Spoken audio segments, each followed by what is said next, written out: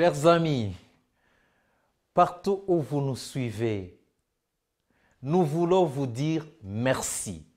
Nous sommes très contents de vous revoir. Nous sommes très contents d'être avec vous dans ce voyage qui a pour thème plus que vainqueur. Et le prédicateur, c'est le pasteur Alain Corali. Comme d'habitude, avant de vous annoncer le sujet d'aujourd'hui, Madame Caroline Corali va nous parler de la vie familiale. Bonsoir.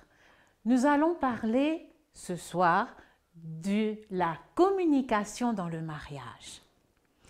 Est-ce que vous avez un mariage extraordinaire avec quelques moments tristes ou avez-vous un mariage triste avec quelques moments grandioses? Votre réponse à cette question révélera si vous êtes proche de votre conjoint ou si vous êtes plutôt déconnecté. La plupart des gens se marient en s'attendant à passer des moments magnifiques ensemble. Alors, pourquoi y a-t-il tellement de couples qui passent par les chagrins et les problèmes au lieu de l'expérience sublime qu'ils espéraient en se mariant? En vérité, il n'y a pas de mariage parfait, car il n'existe pas de personne parfaite. C'est pourquoi, quand nous parlons d'une famille dont les membres sont proches, nous ne décrivons pas un mariage qui est exempt de problèmes. Nous décrivons plutôt un couple qui vit un haut niveau de satisfaction et de stabilité dans ses relations conjugales. Dans un mariage connecté, le couple a la forte volonté de résoudre les problèmes de leur relation. Tous les deux ont pris l'engagement d'être gentils, patients, compréhensifs et miséricordieux. Essayez d'établir de solides relations sans qu'existe une saine communication, c'est comme essayer de faire du jus de pomme sans pomme. C'est tout simplement impossible. La bonne communication est la compétence principale pour maintenir l'intimité dans le mariage. Plus intimes sont les relations, plus la communication doit être sensible et humble. La bonne communication est la compétence principale pour maintenir l'intimité dans le mariage. Plus intimes sont les relations, plus la communication doit être sensible et humble. La qualité de votre mariage dépend de la qualité de votre communication. Les couples qui communiquent fréquemment et avec tendresse vivent un niveau d'intimité que les couples qui communiquent moins fréquemment et par des paroles dures ne pourront pas atteindre. Le compte bancaire émotionnel est comme tout autre compte en banque. Vous pouvez retirer de l'argent seulement si vous y avez de l'argent. Si vous faites plus de retraits de votre compte bancaire que le solde qui y reste, bientôt tout l'argent sera parti. La même chose arrive dans les relations du couple. Vous ne pouvez pas retirer sans avoir d'abord fait des dépôts à ce compte.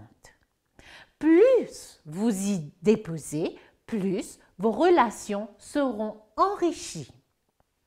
Le contraire, c'est-à-dire quand on essaye de recevoir plus que ce qu'on donne, conduit à la faillite des relations. Alors, comment peut-on faire des dépôts émotionnels dans le compte bancaire de son conjoint? Êtes-vous de manière régulière une personne aimable, patiente, affectueuse, encourageante, prompte au pardon? Ou êtes-vous plutôt une personne sarcastique, impatiente, critique, exigeante et grossière? La Bible déclare dans Éphésiens 4, 31 et 32, il nous offre ce conseil illimité et intemporel. que toute amertume, animosité, colère, clameur, calomnie, ainsi que toute méchanceté soit ôtée du milieu de vous. Soyez bons les uns envers les autres, compatissants. Faites-vous grâce réciproquement comme Dieu vous a fait grâce en Christ. Et alors, qu'en est-il de votre mariage? Est-ce que vous y avez contribué par une sainte interaction ou l'avez-vous endommagé par des relations toxiques?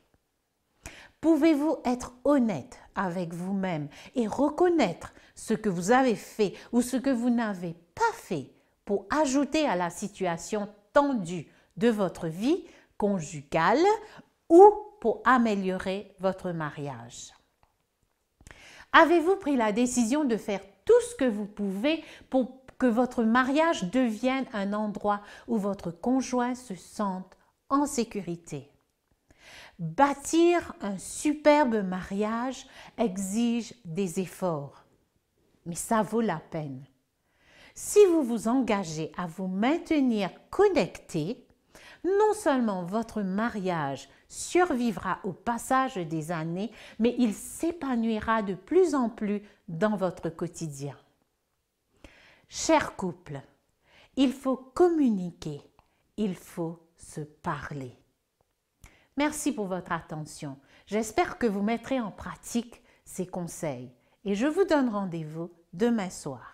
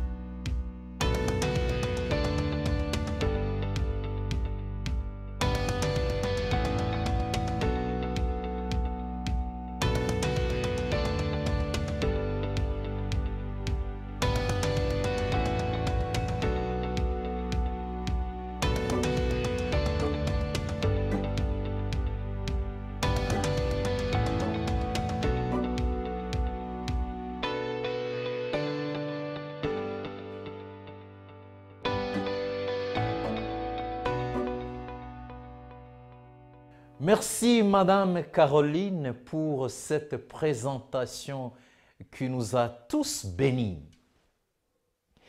Et le sujet d'aujourd'hui, comment trouver de l'espoir dans un monde désespéré.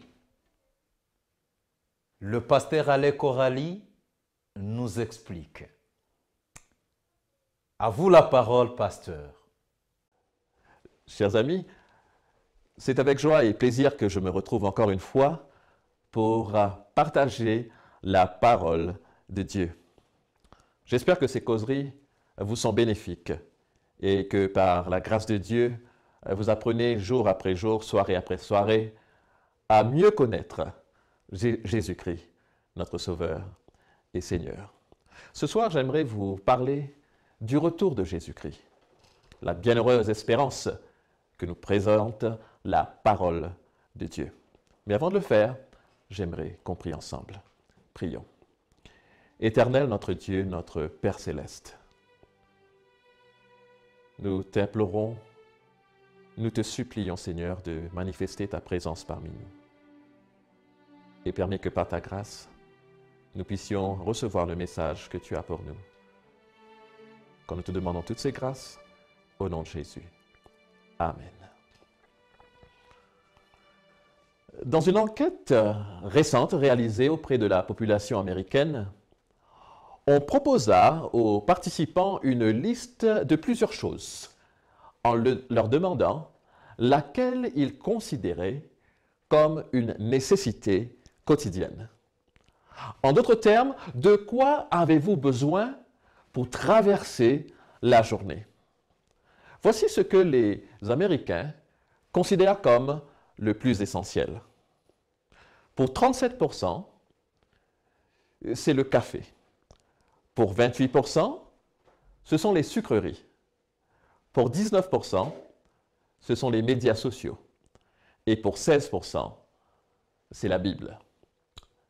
Plus de 2 fois plus de personnes déclarent donc que leur besoin de café est supérieur à leur besoin de la parole de Dieu. La négligence de la parole de Dieu pourrait expliquer pourquoi tant de personnes manquent de paix durable, de satisfaction intérieure, de joie permanente. Se pourrait-il que des milliers de personnes, ou voire des millions, cherchent la paix là où on ne peut pas la trouver? Pour calmer leur esprit troublé, se pourrait-il qu'elles cherchent là où il ne faut pas chercher? N'y a-t-il pas de meilleure chose, de quelque chose de mieux qu'une tasse de café pour affronter la vie? Le manque d'espoir mène au désespoir. Les soucis, l'anxiété, la peur et le manque d'espoir affectent tant d'individus dans le monde. On estime qu'une personne sur 4 connaîtra une dépression mentale au cours de sa vie. Les ventes mondiales d'antidépresseurs avoisinent les 12 milliards de dollars par an. Selon l'Organisation mondiale de la santé, la dépression devrait occuper le premier rang des maladies mondiales d'ici à 2030.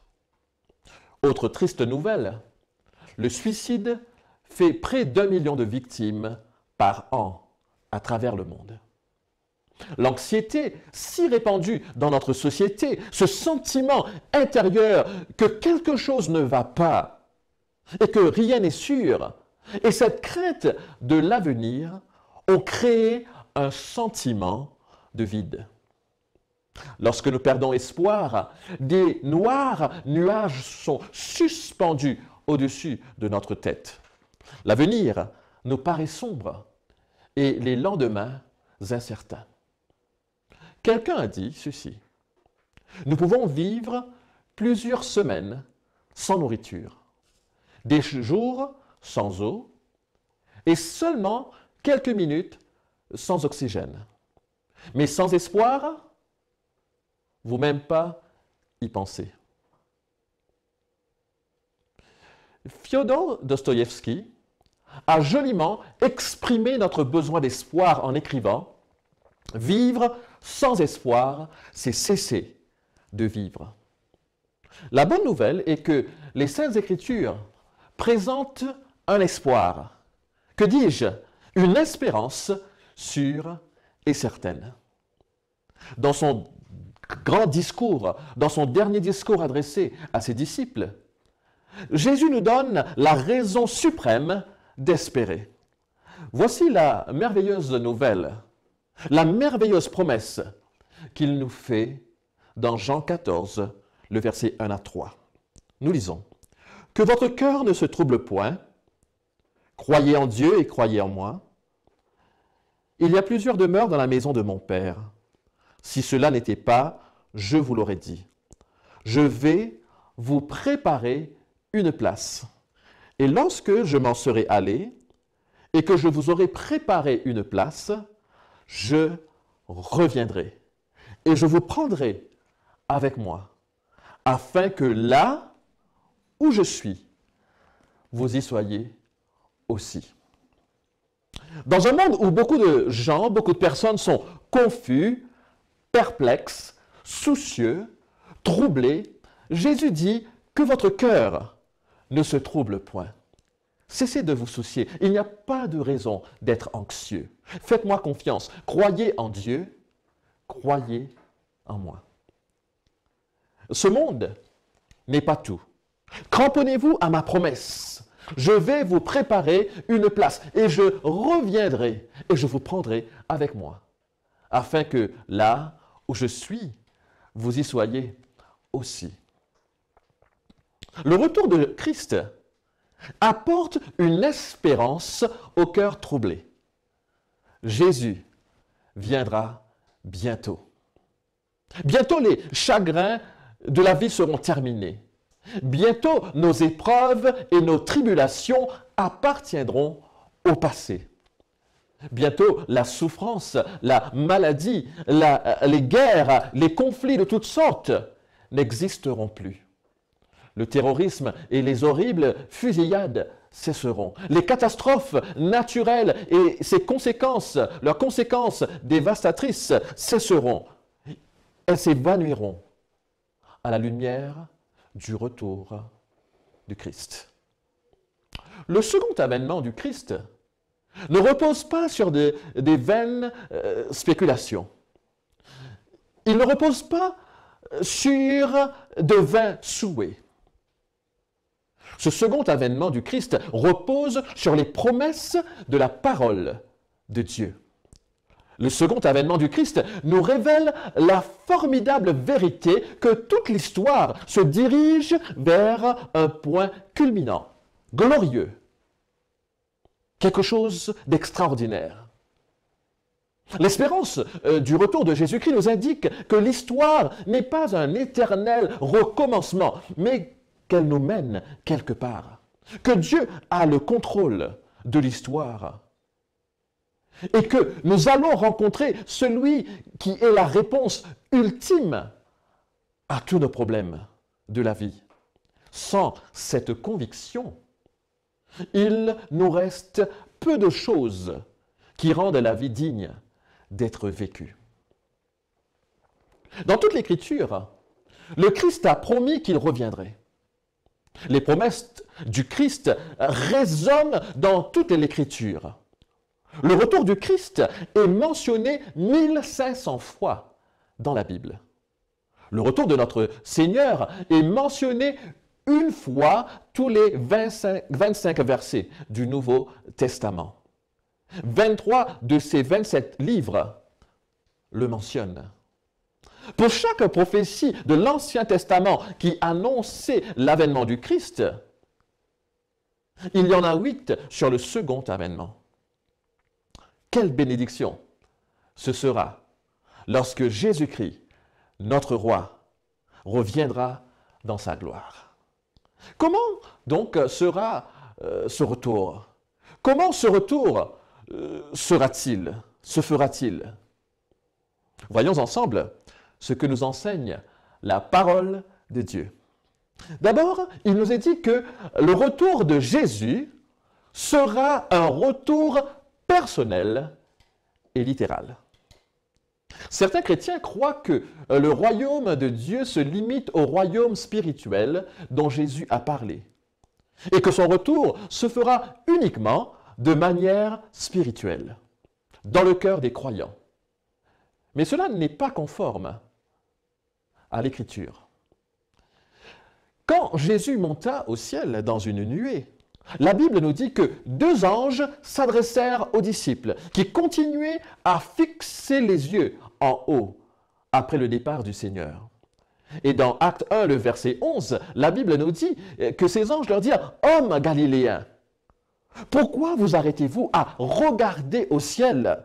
Ce Jésus qui a été enlevé du milieu de vous reviendra de la même manière que vous l'avez vu allant au ciel. » En d'autres termes, ils affirmaient que le Seigneur, ce même Jésus qui avait marché avec eux, ce même Jésus qui avait guéri les malades, ce même Jésus qui avait donné la vue aux aveugles, rendu libres les opprimés, ce même Jésus qui s'était offert à la croix pour nos péchés et qui avait vaincu le tombeau, ce même Jésus, annoncèrent les anges, reviendra sur terre.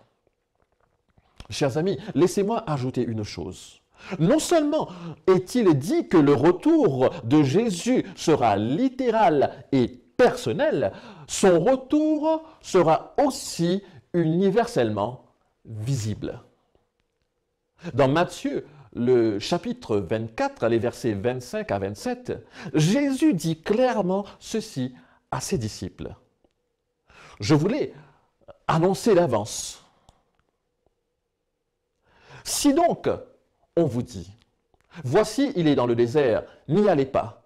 Voici il est dans les chambres, ne le croyez pas. Car Comme l'éclair part de l'Orient et se montre jusqu'en Occident, ainsi sera l'avènement du Fils de l'homme.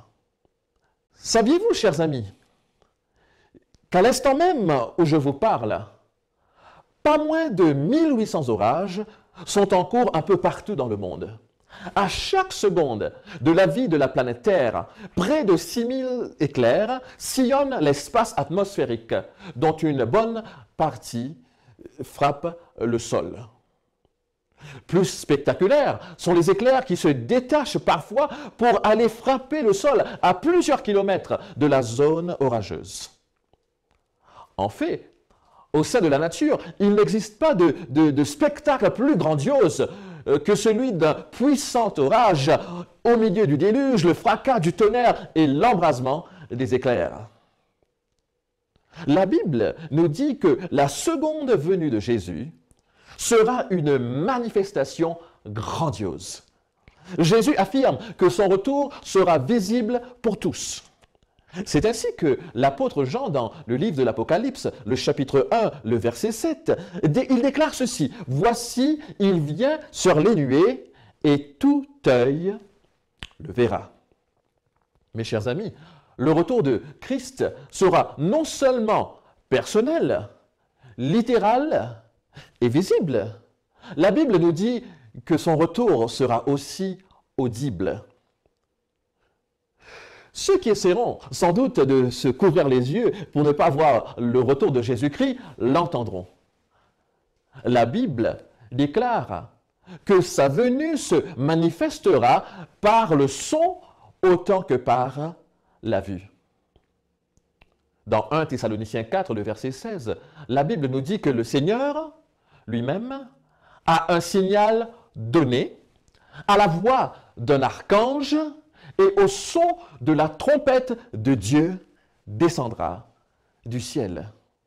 Le retour de Jésus-Christ sera audible. J'ai mon petit frère qui joue du trombone.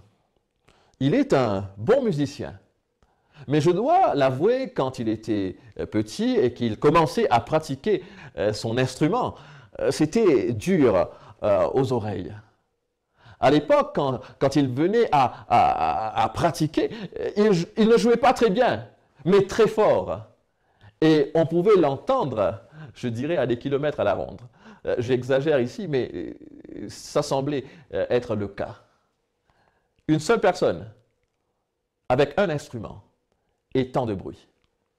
Mais la Bible nous dit que le Seigneur lui-même a un signal donné à la voix d'un archange et au son de la trompette de Dieu descendra du ciel. Il n'est donc pas question d'une venue en secret ici. Non, le retour de Jésus-Christ sera personnel, ce retour sera littéral, ce retour sera visible, ce retour sera audible et ce retour sera aussi glorieux. Quand Jésus-Christ reviendra de nouveau, il ne viendra pas pour naître dans une étable. Il ne viendra pas pour grandir jusqu'à devenir un homme et vivre au sein de l'humanité, enseignant la voie de Dieu et accomplissant des miracles. Non. Quand le Christ reviendra, c'est en conquérant qu'il reviendra avec puissance. Matthieu 16, le verset 27, déclare que Jésus reviendra dans la gloire de son Père avec ses anges. Pouvez-vous imaginer la gloire, la grandeur sans mesure, infinie, éternelle de Dieu? La gloire de celui qui créa le soleil, l'univers. Luc a rapporté cette autre parole du Christ.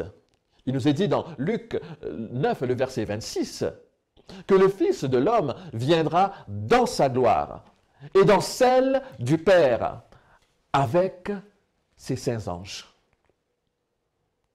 Que ce sera un moment glorieux. Jésus déclare qu'il reviendra non seulement dans sa propre gloire, il reviendra dans la gloire du Père et accompagné des saints anges. Oh, puissions-nous être prêts pour ce grand événement. Chers amis, la Bible déclare que le retour du Christ sera donc personnel, littéral, visible et glorieux.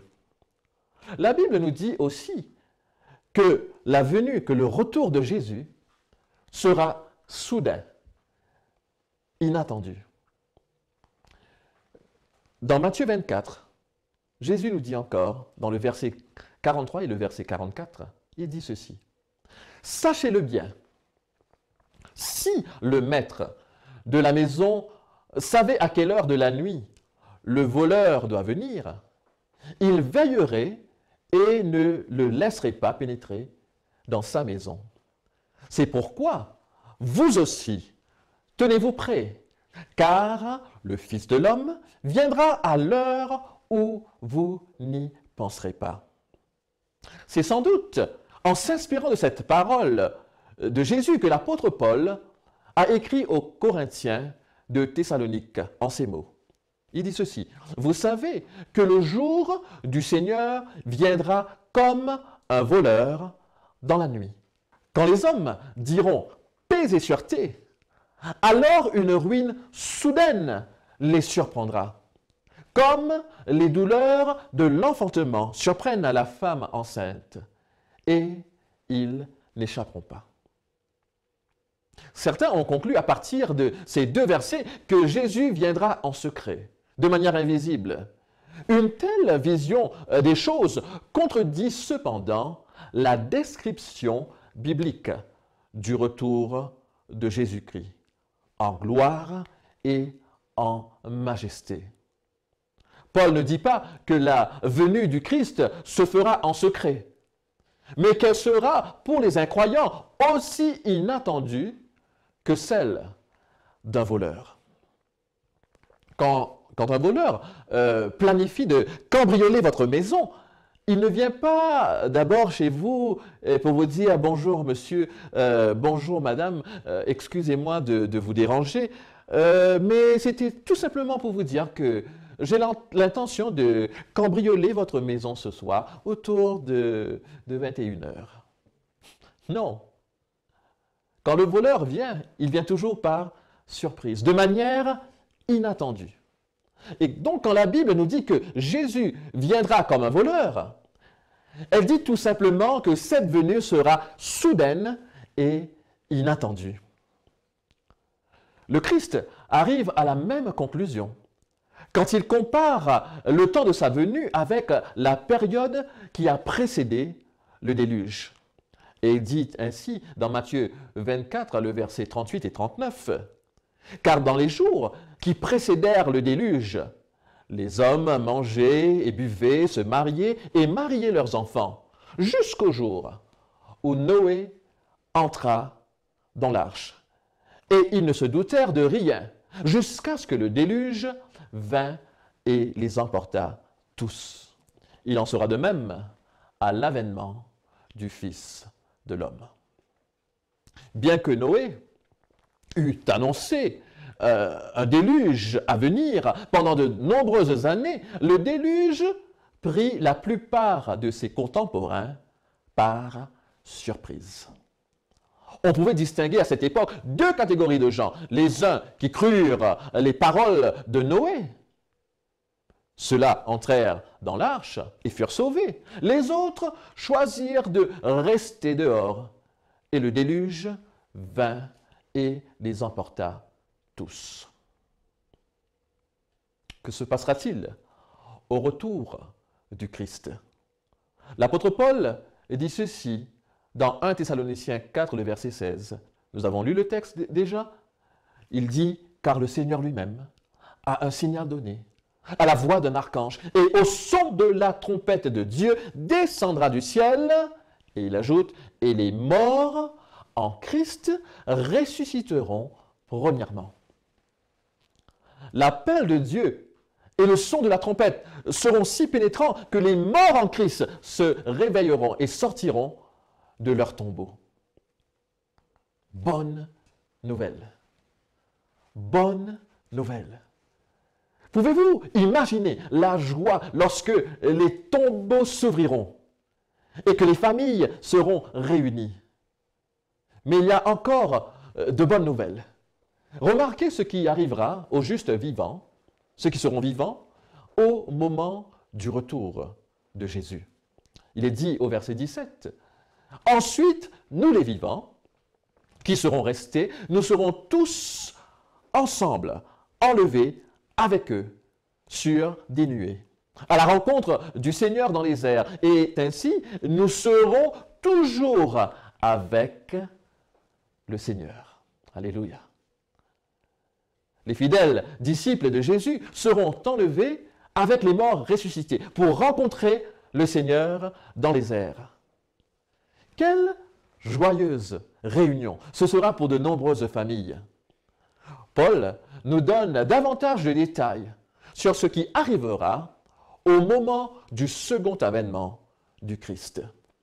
Nous lisons ainsi dans la parole de Dieu, dans 1 Corinthiens chapitre 15, les versets 51 à 53. Paul dit ceci, « Voici, je vous dis un mystère. Tous nous serons changés en un instant, en un clin d'œil, à la dernière trompette. La trompette sonnera et les morts ressusciteront incorruptibles. Et nous serons changés. Car il faut que ce corps corruptible revête l'incorruptibilité et que ce corps mortel revête l'immortalité. Dieu accordera à chaque disciple de Jésus son don d'amour, à savoir la vie éternelle. Tous les autres dons n'ont aucun sens sans ce don de l'immortalité.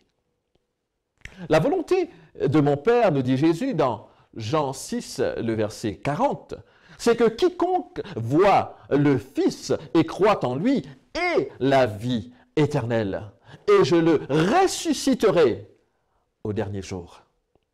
Chers amis, la Bible nous déclare que le retour de Jésus sera personnel, ce retour sera littéral, ce retour sera visible, ce retour sera glorieux, ce retour sera soudain et inattendu, mais ce retour aura aussi des répercussions éternelles. Dans Matthieu 25, Jésus déclare ceci. « Lorsque le Fils de l'homme viendra dans sa gloire, avec tous les anges, il s'assiera sur son trône glorieux. Toutes les nations seront rassemblées devant lui. Il séparera les uns des autres, comme le berger sépare les moutons des chèvres. Il mettra les moutons à sa droite et les chèvres à sa gauche. Alors le roi dira à ceux qui seront à sa droite, « Venez, vous qui êtes bénis de mon Père, héritez le royaume qui a été préparé pour vous dès la fondation du monde. » Ensuite, il dira à ceux qui seront à sa gauche, « Allez-vous-en loin de moi, maudits dans le feu éternel qui a été préparé pour le diable et pour ses anges. Et ceux-ci iront au châtiment éternel, mais les justes à la vie éternelle. » Au retour de Jésus-Christ, chers amis, il n'y aura que deux catégories de personnes. Les croyants fidèles et les impénitents. Ceux qui seront sauvés et ceux qui seront perdus. D'où ma question. Comment se préparer pour le retour prochain de Jésus-Christ? Matthieu 7, le verset 23. Quand Jésus-Christ reviendra, il dira à un groupe de personnes, « Je ne vous ai jamais connu. Retirez-vous de moi, vous qui commettez l'iniquité. » Le ciel est pour ceux qui seront prêts pour le retour de Jésus-Christ. Le ciel, ce sera le moment pour ceux qui auront cru en Jésus-Christ, qui auront marché avec Jésus-Christ, qui se seront détournés du péché, de l'iniquité, qui se seront repentis de leurs fautes et qui auront placé leur confiance en Jésus. pour être au ciel un jour, il faut connaître Jésus aujourd'hui. Il faut marcher avec lui quotidiennement. Nous devons lire sa parole, parler avec lui en prière, nous repentir de nos péchés et chercher son pardon qu'il offre gratuitement. Chers amis, le retour de Jésus-Christ est le point culminant de l'histoire. Et ce retour déterminera notre éternité. En 1955, l'ancien président des États-Unis, David Eisenhower, s'était rendu à Denver, dans le Colorado. Et dans le journal du samedi matin, les aides du président lut une lettre à l'éditeur à propos d'un adolescent atteint d'un cancer, nommé Paul Haley, qui exprimait son désir de rencontrer un jour, d'une manière ou d'une autre, le président des États-Unis. Après avoir montré l'article au président, M. Eisenhower dit à l'assistant de préparer sa voiture pour une visite surprise au domicile du garçon, tôt dimanche matin. Dimanche matin, à 6h30, le président se rendit à la maison des Haley et frappa à leur porte. David Haley, endormi et mal rasé, fut choqué par la visite du président et par l'intérêt qu'il portait à la rencontre de son fils. Le lendemain, les journalistes demandèrent à David Haley ce qu'il pensait de la visite du président chez lui. À leur surprise, le père répondit qu'il n'était pas très content de la visite, car il ne s'était pas préparé. Ils demandèrent ensuite au fils son avis sur la visite. Et Paul, le fils, dit qu'il était ravi parce qu'il attendait avec impatience le jour où il pourrait rencontrer personnellement le président des États-Unis. La question que j'aimerais vous poser ce soir est celle-ci. Serez-vous prêts quand Jésus-Christ reviendra? S'il revenait aujourd'hui, seriez-vous prêts? Nous n'attendons pas la visite du président des États-Unis. Nous attendons le retour du roi des rois, du Seigneur des seigneurs. Ainsi ce soir, chers amis, je vous invite à vous préparer pour son prochain retour. Si vous avez Jésus comme votre Sauveur et Seigneur, son retour sera la meilleure des nouvelles. Alors vous pourrez dire, voir mon Sauveur face à face. Voir Jésus dans sa beauté. Ô joie, ô suprême grâce, ô bonheur, félicité. Oui, dans ta magnificence, je te verrai, divin roi. Pour toujours, dans ta présence, je serai semblable à toi.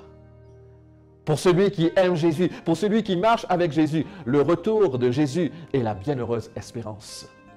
C'est l'aspiration de son âme, car il veut passer l'éternité avec son Maître, avec son Seigneur, avec son Dieu. Chers amis, le retour de Jésus, ce thème du retour n'est pas là pour nous faire peur, mais au contraire. Ce thème est là pour nous rappeler que cette terre, telle que nous la connaissons, est passagère, mais que Dieu a préparé quelque chose de mieux pour nous. Et il veut que nous passions l'éternité avec lui. Ce soir, je vous invite, encore une fois, à dire oui au Seigneur. Il veut que vous soyez plus que vainqueurs. Et par sa grâce, en plaçant votre foi en lui, un jour, vous pourrez être au ciel et louer le Seigneur pendant l'éternité. Est-ce que vous voulez prendre cette décision ce soir? Est-ce que vous voulez prendre position pour Christ? Si tel est votre désir, je vous invite à courber le front alors que nous allons prier ensemble. Éternel, notre Dieu, notre Père, grâce te soit rendue en Jésus-Christ. Nous te disons merci pour cette bienheureuse espérance du retour de Jésus-Christ. Ce retour qui mettra fin au péché, à tout ce qui nous fait mal et qui nous introduira dans l'éternité.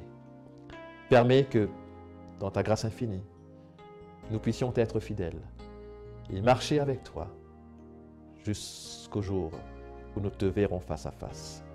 Merci Seigneur de nous faire grâce. Merci de nous bénir.